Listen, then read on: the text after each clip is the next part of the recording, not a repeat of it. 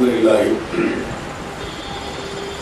نحمده ونستعينه ونستغفره ونؤمن به ونتوكل عليه ونعوذ بالله من شرور انفسنا ومن سيئات اعمالنا من يهده الله فلا مضل له ومن يضلله فلا هادي له واشهد ان لا اله الا الله وحده لا شريك له واشهد ان محمدا عبده ورسوله اللهم صل على محمد وعلى ال محمد كما صليت على ابراهيم وعلى ال ابراهيم انك حميد مجيد اللهم بارك على محمد وعلى ال محمد كما باركت على ابراهيم وعلى ال ابراهيم انك حميد مجيد وقال الله تعالى في القرآن الكريم قل اللهم مالك الملك تؤتي الملك من تشاء وتنزع الملك ممن تشاء وتعز من تشاء وتذل من تشاء بيدك الخير انك على كل شيء قدير وقال الله ايضا ان ينصركم الله فلا غالب لكم لا يضركم من ضل اذا اهتديتم ولا تهنوا ولا تحزنوا وانتم الاعلون ان كنتم مؤمنين. அளவற்ற அருளாளனும் நிகரற்ற பேரன்புடையவனுமான எல்லாம் வல்ல அல்லாஹ் என்ற திருப்பெயரை கொண்டு என்னுடைய ஜும்ஆ உரையை நான் ஆரம்பிக்கிறேன். வல்லநாயகின் கருணையும் சாந்தியும் சமாதானமும் நம் உயிரிலும் மேலான நபிகள் பெருமகனார் ரசூலுல்லாஹி ஸல்லல்லாஹு அலைஹி வஸல்லம் அவர்கள் மீதும் அவர்களின் உற்றார் உறவினர்கள் மீதும் அவர்களின் அன்பு தோழர்கள் சஹாபா பெருமக்கள் மீதும் நம் எல்லோரின் மீதும் என்றும் உண்டாகுமாக.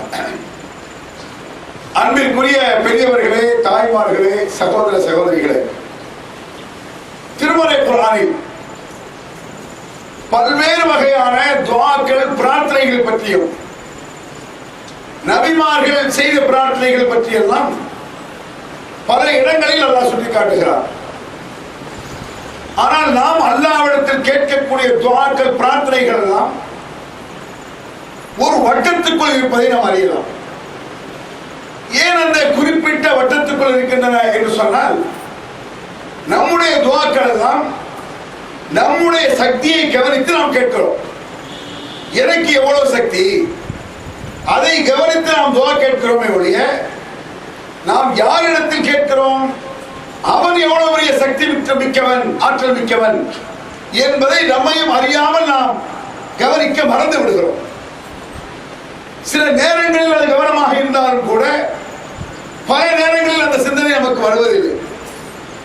அதனால்தான் தேவையில்லாத கற்பனைகள், கவலைகள் எல்லாம் நமக்கு வருவதை பார்க்க முடிகிறது. எப்பேற்பட்ட ஆற்றல் மிக்கவனிடத்தில் நீங்கள் கையெழுந்துகிறீர்கள், எப்படி அவனை நினைத்து நாம் கேட்க வேண்டும் என்றெல்லாம் பல இடங்களில் அல்லாஹ் திருமறை குர்ஆனிலே சொல்லி காட்டுகிறார். அதில் ஒரு விஷயத்தை, முதல் ஒரு வசனத்தை எடுத்துக்கொள்வோம்.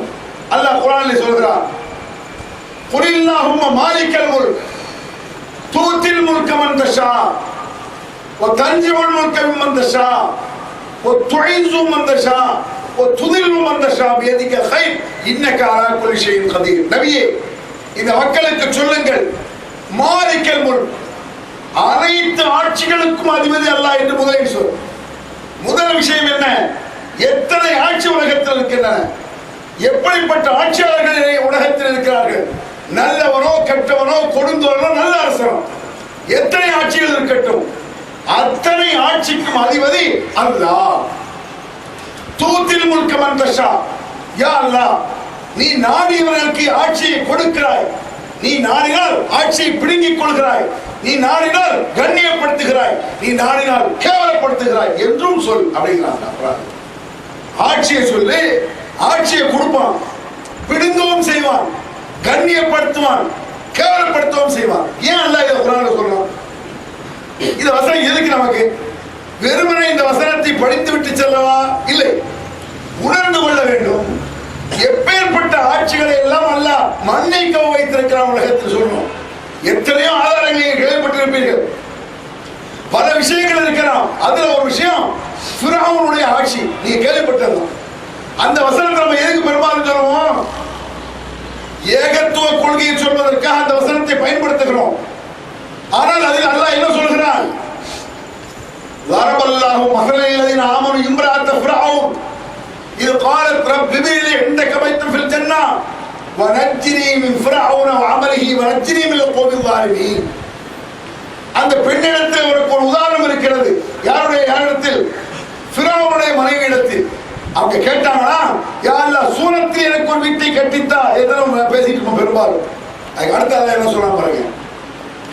வனஜ்னி மின் ஃபிரௌன வஅமலிஹி, யா அல்லாஹ் இந்த ஃபிரௌனையும் அவனுடைய கொடுமையை விட்டு என்னை காப்பாற்று என்று கேட்டான். ஏன் அல்லாஹ் கேட்க வைக்கிறான்? அப்படி கொடுமையை விட்டு காப்பாற்று ஏன் அல்லாஹ் கேட்க வைக்கான்? ஃபிரௌன் என்ன பண்ணான்னு தெரியுமில்ல, இது எதுக்குங்க? நம்மளே அறியாமல் சில கேள்வி வரும் பார்த்துருக்கலாம். மோடி வந்தாலும் வந்துருவானோ, அவன் வந்துட்டான். இது என்ன கேள்விங்கிற நம்மள்ட்ட வருதாது? மோடி வந்துருவானோ, வந்துட்டான். ஏன் அப்படி ஒரு கொஸ்டின்? நாம நினைக்கிற என்னமோ பண்ணி அப்படி நினைக்கிறீங்க. எப்பவுமே நாம் யாரிடத்தில் கேட்கிறோம் என்பதை பாருங்க. உதாரணத்துக்கு பாருங்க, துவா செய்யற ஒரு மேட்டர் இருக்கு. சில துவாக்களை நாம் செய்வோம், பல விஷயங்களுக்கு துவா செய்ய மாட்டோம். ஒரு பூனை வருதுன்னு வைங்களேன், துவாவை செய்யணும். யாரெல்லாம் இந்த பூனை விட்டு காப்பாத்து அப்படிங்க மாட்டேன். டக்குனு கல் எடுத்து வண்டியில் அடிச்சு கல் எடுத்து எழுதுவோம். ஒரு புலி வந்தா யாரெல்லாம் காப்பாற்றணும். ஏன்? சக்திக்கு மீறுகிறது. மனித சக்திக்கு மீறும் பொழுது யாரை கேட்கறீங்க? அல்லாஹ்விடத்துல கேட்கிறோம்ல. ஏன் இது ஒவ்வொரு விஷயத்திலும் இல்லை? எத்தனை விஷயங்கள் அல்லாஹ் இது விஷயத்தை சொல்வதற்கு வசனத்தை நம்ம மனசுல வச்சுக்கணும். அல்லாஹ் குர்ஆன்ல சொல்றான், அல்லாஹ் உங்களுக்கு உதவி செய்து விட்டால் உங்களை மிகைப்பவன் இல்லை. இது நம்புறீங்களா இல்லையா? இந்த வசனம் இருக்க குர்ஆன்ல இப்படி வசனத்தை அல்லாஹ் சொல்ற என்ன அர்த்தம்? அல்லாஹ் உங்களுக்கு உதவி செய்ய நாடினால் உங்களை எவனும் வெல்ல முடியாது. கவலை கொள்ளாதீர்கள், கவலை கொள்ளாதீர்கள், தளர்ந்து விடாதீர்கள். வாழ்த்தும் ஆளோர் ஜெயிக்க போவது நீங்கள். இன்கொட்டும் உங்களுக்கு ஈமான் இருக்குமா? டிமாண்டான வசனம். உங்களுக்கு வெற்றி இருக்கிறது, நீங்கள் ஜெயிக்கலாம். கவலை கொள்ளாதே, தளர்ந்து விடாதே. உனக்கு ஈமான் இருக்கா? நீ கரெக்டா நடக்கிறியா? நான் கேட்கிறேன் நினைக்காதே. குர்ஆன் அப்படி கேட்குது. லா எதுருக்கும் மல்லல்லை ததைத்தும். நீங்கள் ஒழுங்காக நடந்தால், நம்ம சொல்றாங்க, நீங்கள் ஒழுங்காக நடந்தால் வழிகட்டவர்கள் உங்களை எதுவும் செய்ய முடியாது. இதெல்லாம் நாம நடக்க வேண்டியது. மனிதனாக 1000 ஓட்டை வைத்துக் கொண்டு ஃபித்னாக்கள், புறம்பேசுதல், கெட்ட எண்ணங்கள், கெட்ட குணங்கள், சூழ்ச்சிகள், அடுத்தவர் முன்னேறுவதற்கு தடையாக இருத்தல், எத்தனை 1000 ஓட்டை. ஒரு ஈமானிகாரி எப்படி வருமா? உன்னிடத்தில் லட்சம் ஓட்டைகளை வைத்துக் கொண்டு அல்லாஹ் உதவுவான். நம்புவது அர்த்தமே கிடையாது. நீங்கள் ஒழுங்காக இருந்து கொண்டு, நீங்கள் நபி வழியை நடந்து கொண்டு, இஸ்லாத்தை வலுவாக பிடித்துக் கொண்டிருந்தால் கெட்டவர்களால் உங்களுக்கு ஒருபோதும் எந்த இடையிலும் செய்ய முடியாது அப்படின்னா, இந்த விஷயத்தை சொல்வதற்கு முன்னால் சில வசனங்களை பாருங்க. அல்லாஹ் குர்ஆன்ல சொல்கிறான்,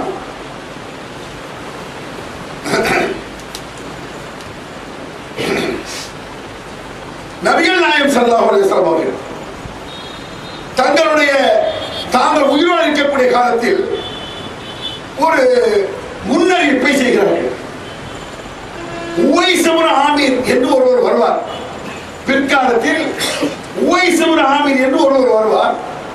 அவரை நீங்கள் சந்தித்தால் அவரிடத்தில் உங்களுக்காக அல்லாஹ்விடத்தில் பாவ மன்னிப்பு தேட சொல்லுங்கள். இது ஹதீஸ். உவைஸ் இப்னு ஆமீர் ஒரு ஆள் வருவார். ரசூலுல்லாஹ் இல்ல, அவர் சஹாபி அல்ல, பிற்காலத்தில் வரக்கூடியவர். அவர் பெயர் உவைஸ் இப்னு ஆமீர். அவருடைய தாய் ரொம்ப மூதாட்டியாக இருப்பாள். அது அவருக்கு ஒரு வெண்குஷ்டம் இருக்கும்.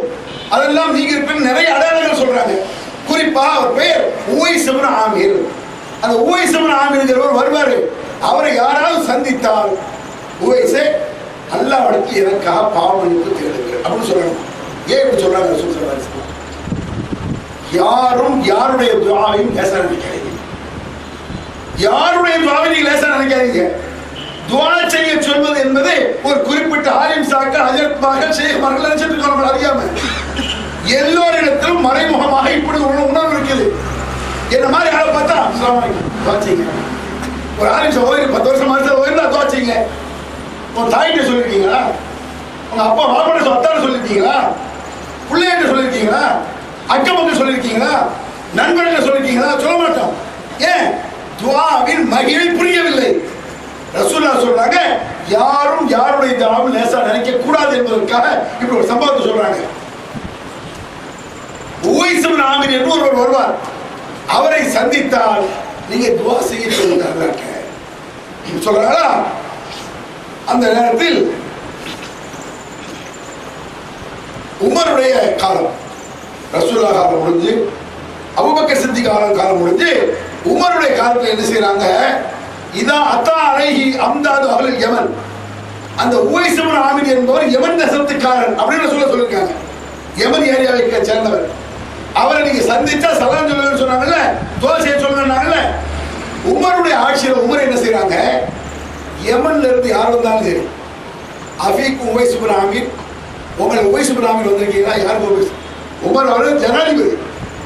ஒரு ஜனாதிபதி சாதாரண ஒருவரை விசாரிப்பானா? ஒரு பிரதமர் விசாரிப்பானா? உங்களை ஒரு சாதாரண ஒருவர் பிரதமர் விசாரிச்சு எப்படி இருக்கும்? உமர் வந்து எவ்வளவு பவர்ஃபுல் அரசனாக இருக்காங்க. ரசூலுல்லாஹ் காலத்தை விட, அபூபக்கர் சித்திக் காலத்தை விட அகண்ட நாடு உமருடைய ஆட்சி, விரிந்த ஒரு ஆட்சி உமருடைய ஆட்சி. அந்த உமருடைய ஆட்சி இவ்வளவு பெரிய பவர்ஃபுல் தலைவராக சக்கரவர்த்தியாக இருக்கக்கூடிய உமர் உவைஸ் இப்னு ஆமிரை விசாரிக்கிறார். நீங்க எங்க இருந்து வந்திருக்கீங்க? கூஃபால இருந்து வரீங்களா? யமன்ல இருந்து வரீங்களா? அஃபீக் உவைஸ் இப்னு ஆமிர். உவைஸ் இப்னு ஆமிர் வந்திருக்காரான்னு கேட்கறாங்க. இப்படியே கேட்கும்போது ஹத்தா அத்தாலா உவைஸ், ஒரு தடவை உவைஸை பிடிச்சிட்டாங்க. வந்துட்டேன் நான் தான் உவைஸ்னு எல்லா விஷயத்தை கட்டி இப்பெல்லாம் உவைஸ்னு தெரிஞ்சு வச்சு. உமர் என்ன சொன்னாங்க?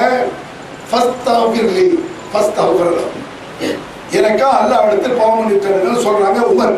ஒரு நாட்டின் ஜனாதிபதி ஒரு சாமானிய ஒரு மனிதனிடத்தில் எனக்காக அல்லாஹ் இடத்தில் துஆ செய்யுங்கள். அவர் துஆ செய்கிறார். உமருடைய பாவத்தை மன்னிச்சுக்கிறார், துஆ செய்கிறார்.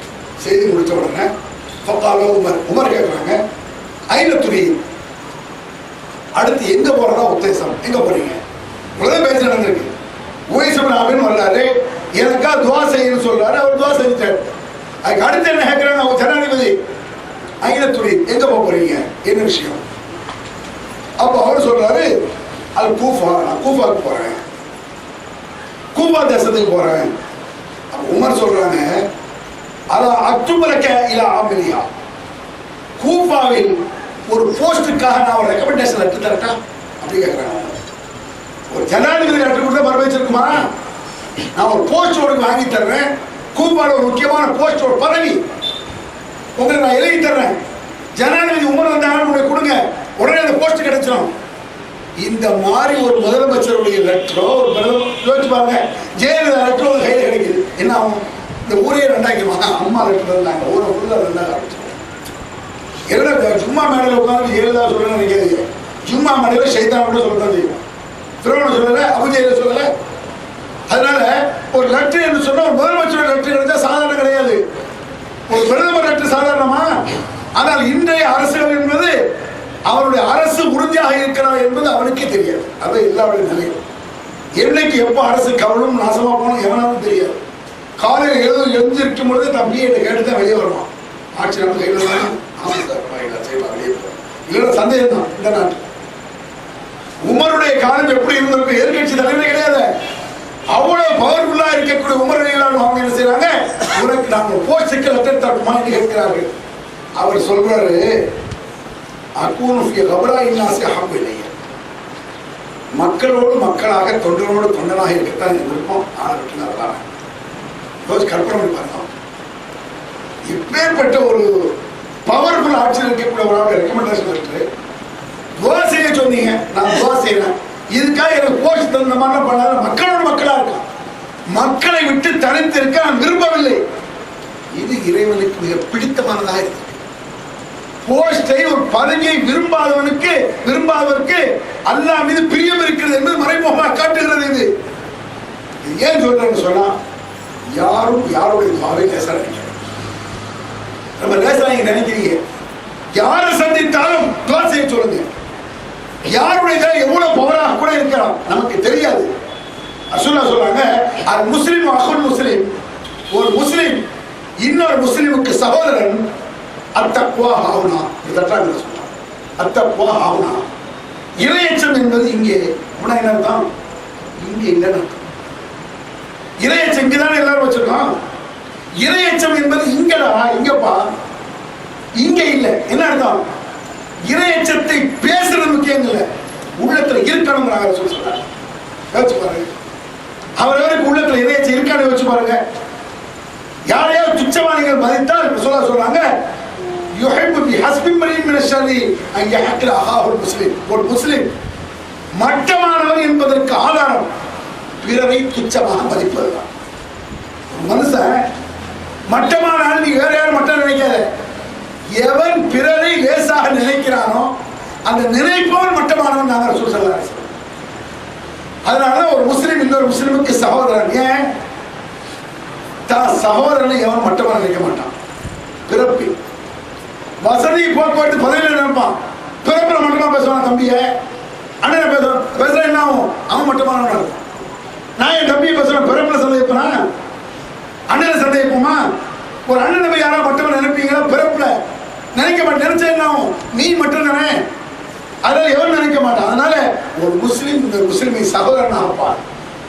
யாருடைய துவாவும் யாரும் லேசாக நினைத்து விடாதீர்கள். துவா என்பது சாதாரண விஷயம் கிடையாது. எந்த விஷயத்திற்கும் அந்த இடத்துல துவா செய்யலாம். இப்ப நான் ஏற்கனவே சொன்னேன், அந்த விஷயத்துக்கு வர பாருங்க. ஒரு நபி துவா செய்கிறார். யா அல்லாஹ், நான் தோற்று விட்டேன். யா அல்லாஹ், தஆ ரப்பஹு, அல்லாஹ்விடத்தில் துவா செய்தார். அன்னி மக்லூபுன், நான் தோற்று விட்டேன். ஃபந்தஸீர், எனக்கு உதவி செய்வாயாக என்று சொல்றார். நான் தோற்று விட்டேன், எனக்கு உதவி செய்வாயாக. என்ன போட்டாங்க? 950 ஆண்டுகள் வாழ்ந்த நூஹ் அலைஹிஸ்ஸலாம் செய்த துஆ இது. 900 ஆண்டுகள் இஸ்லாமிய பிரச்சாரத்தை மேற்கொண்டவர். அவர் சொல்றாரு தோற்று விட்டேன். அப்படின்னா என்ன? சொல்லி யாரும் கேட்கவில்லை என்ற ஆனந்தத்தின் உச்சம். நம்ம எவ்வளவு ஆக பிரச்சாரம் செய்திருப்போம்? நம்ம என்ன தோற்றுட்டோம்? ஒரு தோல்வி நமக்கு கிடையாது. பெரிய கஷ்டமே நம்ம படல. ஒரு பயான ஒரு மீட்டிங்க போடுறோம், அவ்வளவுதான். வருஷ ஆறு முழுக்கும் இஸ்லாத்திற்காக தியாகம் செய்து அர்ப்பணித்தவர் நபி சொல்கிறார், தோற்று விட்டு எனக்கு உதவி செய்வாயா. விரக்தியாகி விட்டார்கள் நபி. ஏன் இப்படி சொல்றான்? எவ்வளவு பெரிய பிரச்சனையாக இருந்தாலும் சரி, அல்லாஹ்வுக்கு கையேந்து. எந்த பிரச்சனை அல்லாஹ் சால்வ் பார்க்குவான். உதாரணத்துக்கு மோடி வந்துட்டானு வச்சுக்கோ, பேச்சு அக்கிரமம் தலை விரிச்சு ஆடுதுன்னு வச்சுக்கிடுங்க, என்ன ஆகும்? ஏன் கவலைப்படுறீங்க? ஏன் பயப்படுறீங்க? நபிமார்கள் கஷ்டம் ஏற்பட்டு கையேந்திருக்காங்க. நீங்க கையேந்தும் பொழுது எவ்வளவு பெரிய அக்கிரமத்தையும் அல்லாஹ் தவிடுபடி ஆக்குவான் அப்படிங்கிறத மறைமுகமாக அல்லாஹ் சொல்கிறான். இப்படி துவா கேட்ட அல்லாஹ் எடுத்து அவர் துவா கேட்டார். துவா கேட்டவுடனே என்ன நடந்துச்சு தெரியுமா? சில நேரங்களில் நம்ம என்ன துவா கேட்டாலும் நடக்காது போல தோன்றும். உதாரணத்துக்கு இவன் எல்லாம் தோற்று விட வேண்டும், இவன் தான் துவா கேட்கிறீங்க, அக்கிரமக்காரனும் மேல வரலாம், அநியாயம் தான் நடக்குது. ஏன் அது? அதே அல்லாஹ் குர்ஆன்ல சொல்லிக்கிறான், அவர்களுடைய குற்றங்கள் கூடட்டும் என்பதற்காக விட்டு வைப்பான். குற்றங்கள் கூடட்டும் என்பதற்காக விட்டு வைக்கிறது என்ன?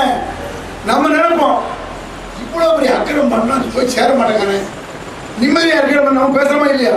நான் கரெக்டா தொழுகிறேன், ஐவேளை தொழுகிறேன், நோன்பு வைக்கிறேன், சக்காத் கொடுக்குறேன், தர்மம் செய்யறேன், தஹஜ்ஜத் உட்பட தொழுகிறேன், எனக்கு நஷ்டத்துக்கு மேல நஷ்டம் வருது. அவன் ஒன்னாலும் அயோக்கிய ஃப்ராடுக்கு மேல ஃப்ராடு பண்றான், கோடி கோடியா சம்பாதிக்கிறான் என்ற ஆதங்கம் நமக்கு வரும். எல்லாருக்கும் வரும், ஒழுக்கமா இருக்கிறவங்களுக்கும் வரும். அல்லாஹ் சொல்றான், அயோக்கியர்கள் மேலோங்குவார்கள், அந்த குற்றங்கள் கூடட்டும் என்பதற்காக விட்டு வைப்பார். சரசதும் நினைத்து பார்க்காத திடீரென்று சுண்டி இருப்பான் என்றெல்லாம் திருமணம் நல்ல இருக்கு. மனுஷனே அப்படிதான் வச்சுக்கிட்டேன். நம்மளுடைய கேரக்டர் என்ன? மனிதனுடைய கேரக்டர். நீ ஒரு கடை வச்சிருக்க, டீ கடை வச்சிருக்கேன், சிம்பிளா உதாரணம். டீ கடையில் 4 பேர் வேலை பார்க்கலாம். ஒருத்தர் என்ன செய்யறான்? ஒரு போண்டா கலவான்ட்டான், ஒரு வடையை கலவான்ட்டான். இது உங்களுக்கு தெரியுது, என்ன செய்வீங்க? சொல்லிட்டு விட்டுருவீங்க. அவன் சரி ரெண்டு டீயை தெரியாம குடிக்கிறான், ஒரு கிளாஸை உடச்சு போட்டான், இப்படிலாம் தப்பு நடந்துட்டே இருக்கு. பேசாம பார்த்துட்டு தான் இருக்கு. கல்லாவோட கையை விட்டான், தூக்கி போய் மிதிப்பான். ஏன் கல்லாவோட கையை வச்ச பிறகு ஒரு பொம்பளையோட கை வச்சுட்டானா அவன் ஊழ தப்புக்கு அடிக்கல, நடக்கட்டும். மக்கள் சின்ன விஷயத்துக்கு அடிச்சாலும் எடுபடாது. ஒரு போண்டா கடிச்சு போட்டீங்க, ஏன்டா உடனே நான் போண்டா கடை அடிக்கிறேன், ஏன்டா இதுக்கு போட்டு அடிக்கணுமா போச்சு சொல்லி போடுவோம். மனிதனே என்ன நினைக்கிறார் என்றால் அக்கிரமம் கூடட்டும் உச்சகட்டும், இப்ப தூக்கி போட்டு மிதிச்சாதான் எஃபெக்ட், மிதிடாம என்று மக்களும் சொல். மனிதனுக்கு இப்படித்தான், அதை விட பொறுமையாக இருப்பான். அக்கிரமங்கள் மேலோட்டும் அநியாயங்கள் கூடட்டும் என்று பார்த்துக் கொண்டே இருப்பான். அப்படி பார்த்து கொண்டு இருந்து அநியாயங்கள் உச்சகட்டமாகும் பொழுதுதான் இந்த நபி சொல்றாரு, யாருக்கா தாக்க முடியவில்லை, அன்னி மகளுக்கு பண்றது உதவி செய்வாயாக. உச்சகட்டமாகிவிட்டது அநியாயம், அக்கிரமம் தலைமைக்கு ஆடிவிட்டது. இவ்வளவு ஆண்டு காலங்கள் மார்க்கத்தை சொல்கிறேன், எனக்கு விரக்தியாகிவிட்டது என்றெல்லாம் அவர் துவா செய்கிறார். அல்லாஹ் சொல்றான். அதுக்கு பிறகுதான் வானங்களின் வாசல்கள் திறக்கப்பட்டன அப்படிங்கிறான். நாம் திறந்தோம் அப்படிங்கிறான். வானத்தின் வாசல்கள் திறக்கிறதுனா, வானத்தின் வாசல் திறக்க கற்பனை கேட்டுதா? இந்த வீட்டு இந்த மர்க்கசுடைய வாசல் இவ்வளவு பெருசு, ஒரு பெரிய குடம் இதோட பெருசா இருக்கும். அதெல்லாம் பண்ண வாசல், ஊர் வாசலே 40 அடி ரோடு, அது வாசல் உள்ள ஒரு நாட்டுடைய வாசல். இந்தியா கேட்டுட்டாங்க, காஷ்மீர் தான் வாசலே அப்படிங்கிறான். இந்தியாவின் வாசலே காஷ்மீர் அப்படின்னு. வானத்தின் வாசல்கள் திறக்கப்பட்டன, கற்பனை கிட்டார். வானத்தின் வாசல்கள் திறக்கப்பட்டன, அந்த வாசலில் விமானி முன்னாடி கொட்டும் மழையால் திறக்கப்பட்டதுங்கிறான். அதாவது துளி துளியா விடுறதுலாம் வான வாசல் மழை வந்து பாருங்க. ஒரு சாதாரண வெள்ளம் சிலைது கற்பனைக்கு எட்டாது, ஆனால் நம்புறோம். கற்பனைக்கு எட்டாது நம்புகிறோமா இல்லையா? அதை விளக்கிறதுக்கு உதாரணம் சொல்ல பாருங்க. இந்த 10 10th படிக்கிற பசங்க 11 படிக்கிற பசங்களை கேட்டு பாருங்க. இந்த பிக் பேங் தியரின்னு ஸ்கூல்ல சொல்லி கொடுப்பாங்க, பெருவெடுப்பு கொள்கை. அந்த பிக் பேங் தியரி பெருவெடுப்பு கொள்கைனா என்ன? எல்லாம் நம்ம தான் செய்யறோம். என்ன உண்மை? இது எல்லாமே ஒன்றாக, பூமி, சந்திரன், சூரியன், நட்சத்திரங்கள் அனைத்தும். பூமியை விட பல கோடி மடங்கு பெருசு சூரியன், அதை விட பல மடங்கு பெருசு சந்திரன், இது நட்சத்திரம். கற்பனை கேட்டுதா? இத்தனையும் ஒன்றாக இருந்தன, திடீரென்று வெடித்து சிதறியது. அது சிதறனதான் பூமி, சந்திரன், சூரியன். சிதற கூட 2 பக்கம் உள்ளது இருக்குல்ல, அது போய்கிட்டே இருக்காம. எப்போ சிதறிச்சு? கோடிக்கணக்கான ஆண்டுகளுக்கு உடைஞ்சு போச்சு. அது போய்கிட்டே இருக்கு, இப்பவும் போய்கிட்டு இருக்குன்னா என்ன? கற்பனை சொல்ல முடியுமா? இல்லை, எத்தனை கோடி ஆண்டு ஆச்சுங்க? எது போய்க்கு? அதை ஒரு சிரட்டை, ஒரு தேங்காய் வச்சுக்கிடுங்க, 2ஆ சிறகு உள்ள பரப்பரம் உடஞ்சிருச்சு, 2 சிரட்டையும் போயிட்டே. உதாரணத்துக்கு எத்தனை கோடி வருஷம்? 2 போயிட்டு இருக்குல்ல, அதுக்கு நடுவில் உள்ளது வெட்ட வெளி. நல்லா கவனிச்சுக்கணும், இதெல்லாம் வெட்ட வெளி என்னது? 2 பக்கம் உள்ளது பாருங்க. அந்த பக்கம் என்னது? ஸ்கூல் வாத்தியார் போய் கேளுங்க, சார் அதுக்கு அந்த பக்கம் என்னது சார்? உங்க மாமியார் உட்கார்றா அப்படின்னு தெரியாது, கேட்பேன். வெட்ட வெளியில் நடுவில் உள்ளது. அப்பா என்ன இருக்கு? நடந்தது. விஞ்ஞானம் சொல்லுது, ஒத்துக்கிறான். புராணம் அவர் சொல்லத்தான் செய்யுது. ஒன்றாக இருந்தால் நாம் தான் பிறந்தோம்னு சொல்லலாம். சரி, அது வேற சப்ஜெக்ட். அது என்னன்னு சொல்லலாம், நம் கற்பனைக்கு எட்டாத விஷயம் இது நடந்திருக்கு. வானத்தின் வாசல்களை நாம் திறந்து விட்டோம். மேலிருந்து தண்ணீர் விழுந்தன, பூமியிலிருந்து தண்ணீர் பீரிட்டடைத்தன. அல்லாஹ்வால் நிர்ணயிக்கப்பட்ட திட்டமிட்டபடி அந்த அழிவு நடந்தே தீர்ந்தது என்றால் சொல்லலாம். யார? நூஹ் அலைஹிஸ்ஸலாம். நூஹ் அலைஹிஸ்ஸலாம் 2வது பாட்டு.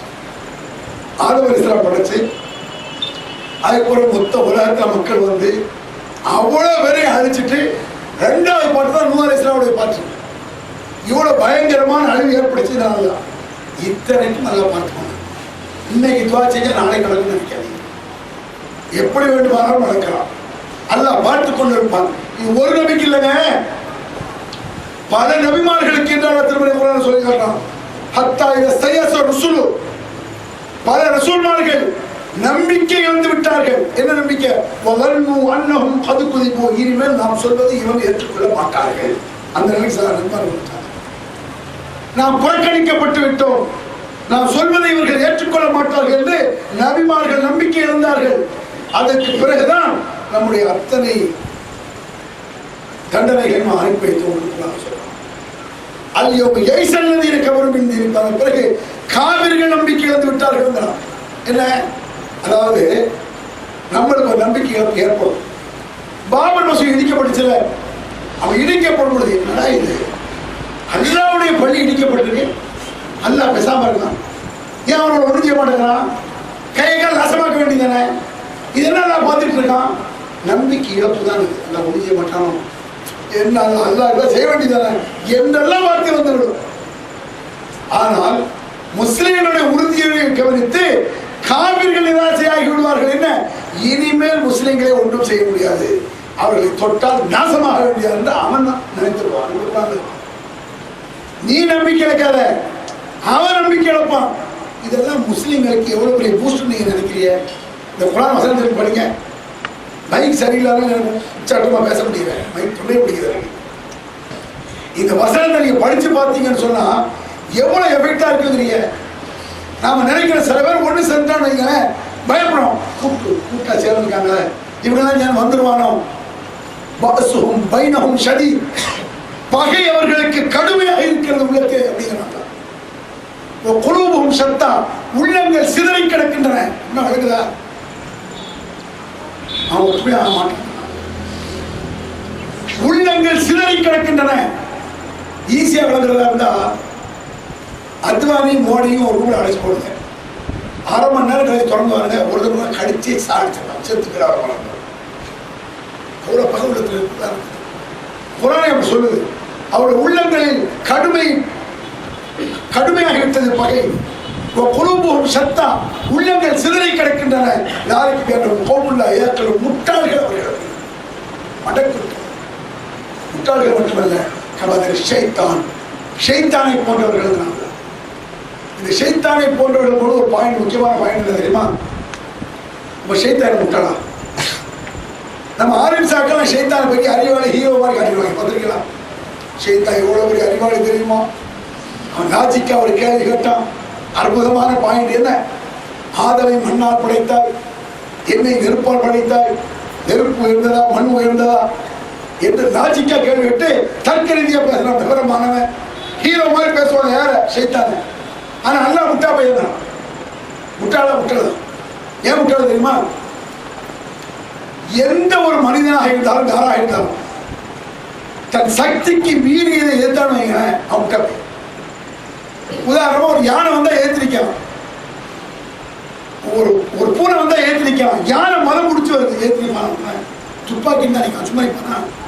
ஒரு சைக்கிள் வேகமா வருதுங்க, ஸ்டார்ட் சைக்கிள் தடுக்கலாம் முடியும். பைக்கை தடுக்க முடியுமா?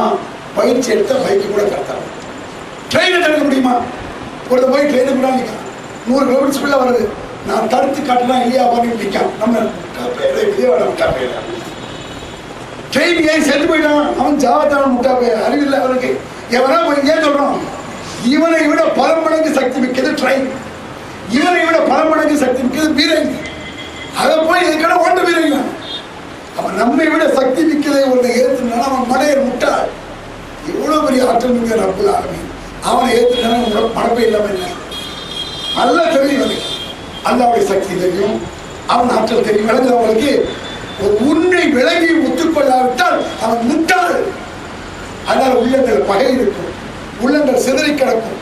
காண்டம் முஸ்தன்பிரத்தும் சொல்ற இன்னொரு வசனம், சிங்கத்தை பார்த்து விரண்டக்கூடிய கழுதைகளை போன்றவர்களும் தெரித்து ஓடுமே கழுதை என்னெல்லாம் திரும்ப. இதெல்லாம் இதையெல்லாம் நாம் நினைப்பதற்கு முன்னால் நம் நம்பிக்கை உறுதியாக வேண்டும். நான் கரெக்டாக நடப்பேன், நான் கரெக்டாக அல்லாஹ்விடத்தில் துஆ செய்வேன், நான் செய்ய வேண்டிய முயற்சியை செய்வேன், அதற்கு பிறகு அல்லாஹ் போதுமான். நம்ம ஒண்ணுமே செய்யாம துஆ செய்யறதுன்னு அர்த்தம் கிடையாது. உதாரணமா கரெக்டா தொழுங்க, ஏங்க தொழுகைக்கு வர மாட்டேங்கிறீங்க அப்படிலாம் சில பேர் துஆ செய்யுங்க, தொழுகணும், தொழுகணும் என்ன செய்யுங்க, துஆ செய்யுங்க. கடையை ஒரு 10 லட்ச ரூபாய்க்கு செலவழிச்சு கடன் வாங்கி கடை வச்சிருக்காரு, கடையை துறை காலை 6 மணிக்கு ஓடுவார் இல்லையா, டீ கடை இருந்தால் 4 மணிக்கு ஓடுவார், மற்ற கடை இருந்தால் 7 மணிக்கு வருவார். அப்பா 10 லட்ச ரூபா போட்டுங்க, துஆ செய்யுங்க, அல்லா போட வேணாம், எஞ்சி ஓடுறோம், முயற்சி செய்யறோம், எல்லாம் செய்யலாம். தொழுகன்னு சொன்னா மட்டும் துஆ செய்யணுமா? என்னமோ அல்லாஹ் பாட்டி அல்லாஹ் இப்படி ஒழிச்சு வச்சு அவன் குறி வச்சு நடக்குமா? இது இதை முட்டாள். அதனால துஆ செய்வது என்பதுதான் நீ செய்ய வேண்டிய முயற்சிகளை செய். நீ செய்ய வேண்டிய கடமைகளை செய், உனக்கு கட்டளையிட்டதை செய், பிறகுவார் அல்லாஹ்வுடைய செய்கிறார். ஃபதுகுருனி அதுக்கு முதலில் என்ன நினைத்துப்பார், அதற்கு பிறகுவார் உன்னை நான் நினைக்கிறேனா இல்லையா. எப்படிப்பட்ட வார்த்தை சொல்றாரு. முதல்ல ஏன் சொல்ல நீ கேளு, அதான் சொல்றான். என்ன நினைச்சு பாரு, அது பிறகு நான் ஒண்ணு நினைக்கிறேன் இல்லையான்னு பார்க்கணும். நீ என்னை நினைப்பதில்லை, நீ நேர்வழி நடப்பதில்லை, நீ அல்லாஹ்வுக்கு பயப்படுவதில்லை, நீ நபிவழி நடப்பதில்லை, அல்லாஹ் மட்டும் உங்களுக்கு உதவ வேண்டுமோ என்பது போல இருக்கு. நீ செய்ய வேண்டியதை கேட்டாச்சு எல்லாரும். இப்படிதான் சஹாபாக்கள் நபிமார்கள் பல வசனங்கள், ஒரு வசனத்தை சொல்ல பாருங்க. அமீன் அகல் குரா ஐயத்தியம் பாசனா பயத்தல் நாயிமும் அவாமின் அகல் குரா ஐயத்தியம் பாசனா முகமுகமின் ஆகும். வரலாறு படிக்கிற மாதிரி கதையை கேட்டு போற வசனம் கிடையாது.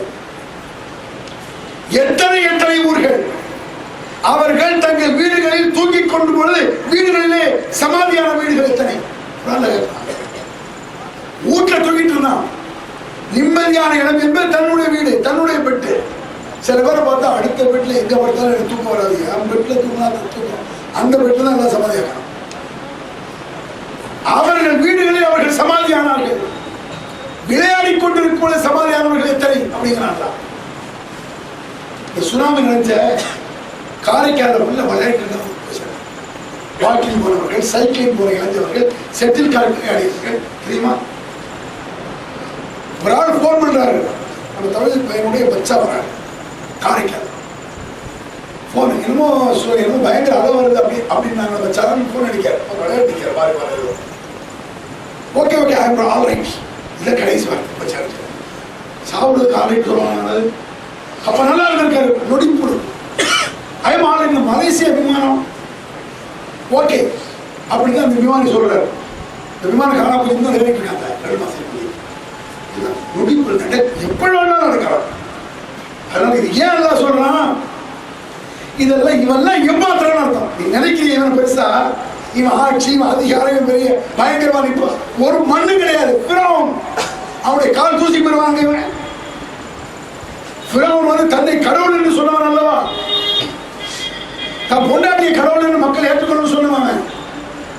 அந்த மனைவி அவனை எதிர்த்து நிற்கிறான். சாதாரண விஷயம் அது. பிறவனுக்கு அட்ஜஸ்ட் பண்ணி போயிருந்தால் பிறவன் ஆண் கடவுள், அவன் மனைவி பெண் கடவுள், பொம்பளை கடவுள் ஒத்துருப்பான். அவ்வளவு பெரிய பதவி அது. கடவுள்னு மக்கள் நினைக்கிறான் சாதாரண பதவி அது. இங்க வந்து அரசர் வேற, கடவுள் தன்னை மட்டும் வேறங்கிற. அவன் அப்படி நான் தான் அரசர், நான் தான் கடவுள். அவ்வளவு பெரிய பவர்ஃபுல் இருக்கக்கூடிய அவன், அந்த பெண்ணு அவன் என்ன செய்ய, இவன் கொடுமை தாங்க முடியவில்லை, அக்கிரமம் பண்ண காப்பாற்று என்று சொல்றான். நல்லா இருந்தான். பிறவனை நைலையில போட்டு சாடிச்சனையில திரும்பி குரல் வருதில்ல. இது ஏன் அப்படி சொல்றான், அப்புறம் என்னடா அத்வானியாவது மோடியாவது மண்ணாடிக்காவது இருப்பான்.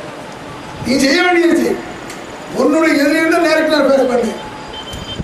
சக்திக்கு மீறுதா, உனக்கு மேல வருதா, ரொம்ப நாளும் இல்லை, படைச்சவன் இல்லை, இதுல என்ன உனக்கு தேவையில்லாத குழப்பம் கேட்கிறான். பசங்க வந்துடுவான், வந்துடா யோசிச்சு பாரு, என்னத்தை கழிச்சிட முடியும், எவன் வரட்டுமாங்கிற. அது ஒரு மேட்டரே இல்லைங்க, அது ஒரு சப்ஜெக்டே பேசக்கூடாது அதை பத்திக்கிட்டு. ஏன்னு சொன்னா ஃபிரௌனை கண்டவர்கள் இஸ்லாமியர்கள், அபூஜஹலை பார்த்தவர்கள், அபூலஹப், தப்பத்தின் அபிலஹபை விட ஒரு திமிர் பிடிச்ச உண்டா, ஹிந்தா.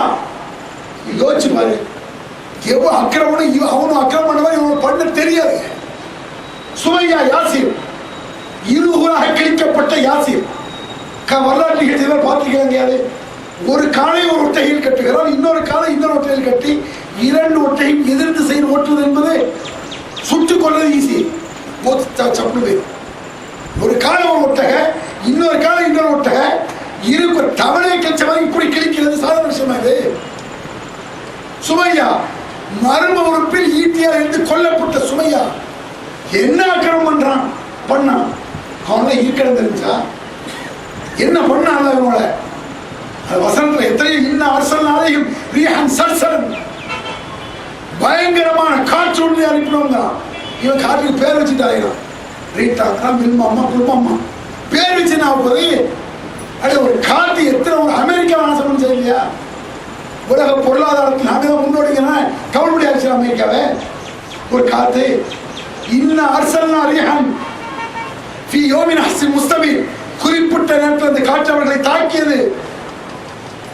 தன்சி ஒன்னாத காணஹு ஆஜாஸ் நஸ்லி முன்கை அப்படிங்கிறார். பிடுங்கி வீசப்பட்ட பேரித்த மரங்களைப் போல தூக்கி வீசப்பட்டார்கள். மனுஷனை காத்து தூக்குதலாம் கற்பனை. நான் இருக்கேன், நம்ம எல்லாம் இருக்கோம், நம்ம மொத்தமா காத்து அள்ளிட்டு போதுனா எவ்வளவு பயங்கரமான காத்தா இருக்கணுங்க. அந்த மாதிரி எல்லாம் செய்திருக்கான். பிடுங்கி வீசப்பட்ட பேரித்த மரங்களைப் போல அவர்கள் ஆனார்கள். ஃபலம்மா ஜாமுனா ஜஅல்னா ஆலிஹா சாஃபிலஹா அப்படிங்கறாங்க ஒரு இடத்துல. கீழ் தட்டு மேல் தட்டானதுங்கிறான்.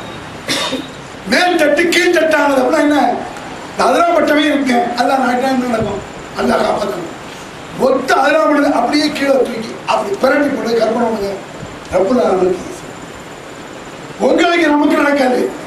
அல்லா நினைச்சோம்னா நம்ம நினைக்கலாம், வந்துட்டானே நம்ம எவ்வளவு துவா செஞ்சோம், பிஜேபி ஆட்சியாளர் கூட ஆகலாம், எல்லாம் மொத்தம் வந்துட்டாங்க, வரட்டும், வந்துட்டான்.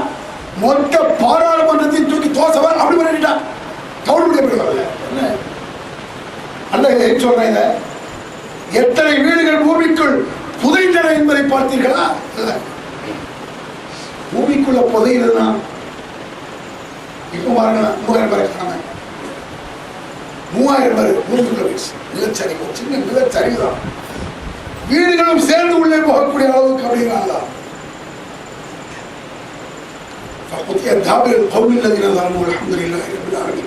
இந்த வசனங்களுடைய தொடரெல்லாம் நீங்க பார்த்தீங்கன்னு சொன்னா கொஞ்சம் கூட நமக்கு அல்லாஹ்வை தவிர இவருக்கு மீது பயப்படாது. அலைஸல்லாஹு பிகாஃபின் அப்தாஹு யஹ்விஃபுனக பில்லதீன மின் துனி வசனங்கள் படிக்கல. தௌஹீத் சகோதரர்கள் எல்லாரும் பலமுறை கைவிட்ட வசனம் இது. அல்லாஹ்வை தவிர மற்றவர்களை வைத்து உங்களை பயமுறுத்தும் பொழுது அல்லாஹ் உங்களுக்கு போதாதா? இதன் வசனத்துடைய அர்த்தம். அல்லாஹ்வை தவிர மற்றவர்களை வைத்து அவங்களை பயமுறுத்தும் பொழுது அல்லாஹ் உங்களுக்கு போதாதா? நல்லா இருக்கு.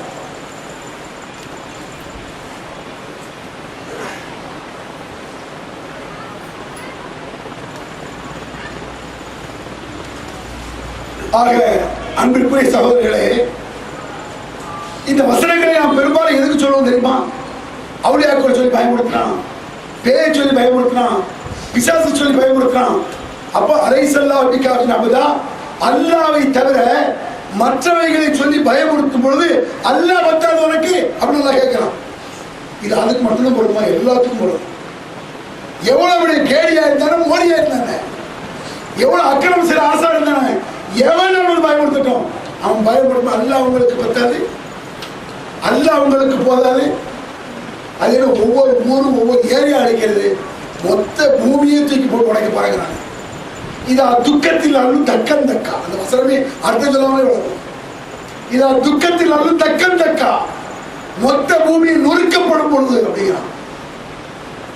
ஒரு ஜிவாலோ மலைகள் எல்லாம் தூள் தூளாக ஆக்கப்படும் பொழுது, இதசமாவும் சக்கத் வானம் பிளக்கும் பொழுது, இதசமாவும் ஃபத்ரத் வானங்களை சிதறடிக்கப்படும் பொழுது, வைதல் நுஜூமுன் கதரத் நட்சத்திரங்கள் உதிர்ந்து விடும் பொழுது, இதஷம் சுகுவிரத் சூரியன் சுருட்டி வீசப்படும் பொழுது, அதுவே அல்லாஹ் தஆலா ஒரு காட்சி மாறிங்க.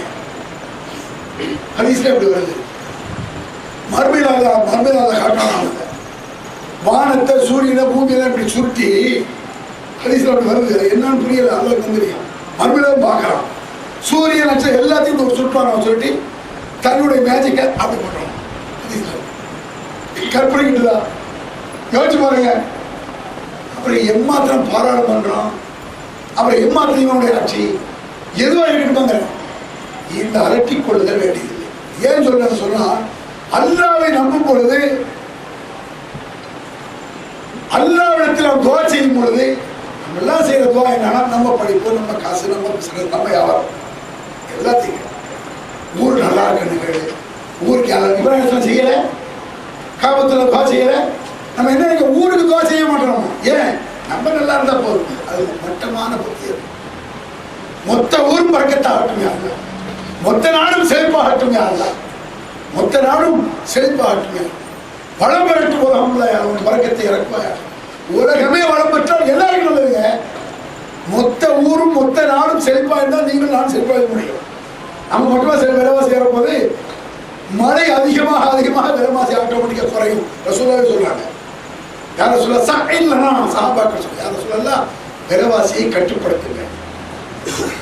அல்லாஹ்வும் சஹீல்னா விலைவாசியை கட்டுப்படுத்துறது அல்லாஹ் ஏன் மழை பெய்து செழிப்பாகி விவசாயி பெருக்கெடுத்து வைங்க. அரசு நினைச்சா விலைவாசி எப்படி முடியாது? 25 ரூபாய் தக்காளி 1 ரூபாய்க்கு வருது இல்லையா? 25 ரூபாய் கிலோ தக்காளி 30 ரூபா 40 ரூபா 1 ரூபாய்க்கு வருது. எங்க பார்த்தாலும் தக்காளி விளைச்சல். அவன் 1 ரூபாய்க்கு நம்பி சேர்த்துறா அரசு நினைச்ச முடியும். இதெல்லாம் மறைமுகமா நமக்கு சொல்லப்பட்ட துவாக்கள். துவா என்பது குறிப்பிட்ட வீடு வாசல் அது கேட்கணும். ஊர், உலகம், நாடு, மக்கள், அக்கிரமக்காரர்களை எதிர்த்து செய்யக்கூடிய துவாக்கள். திமிர் பிடித்தவனை அடக்கியா அல்லா, அநியாயம் செய்ய முடிக்க விடியா அல்லா, குறிமார்த்தவர்களை கொளுத்து விடியா அல்லா கேளு, தப்பே கிடையாது. அப்படி துவா கேட்பதன் மூலமாக எவ்வளவு பெரிய அக்கிரம அநியாயம் நடந்தாலும் சரி, ஒன்று உலகத்தில் நாம் பாதுகாக்கப்படுவோம், அக்கிரமங்கள் ஒழிக்கப்படும். அதனால் துவா கேட்பது ஒரு வட்டுவரைக்குள் வைத்துக் கொள்ள வேண்டும்.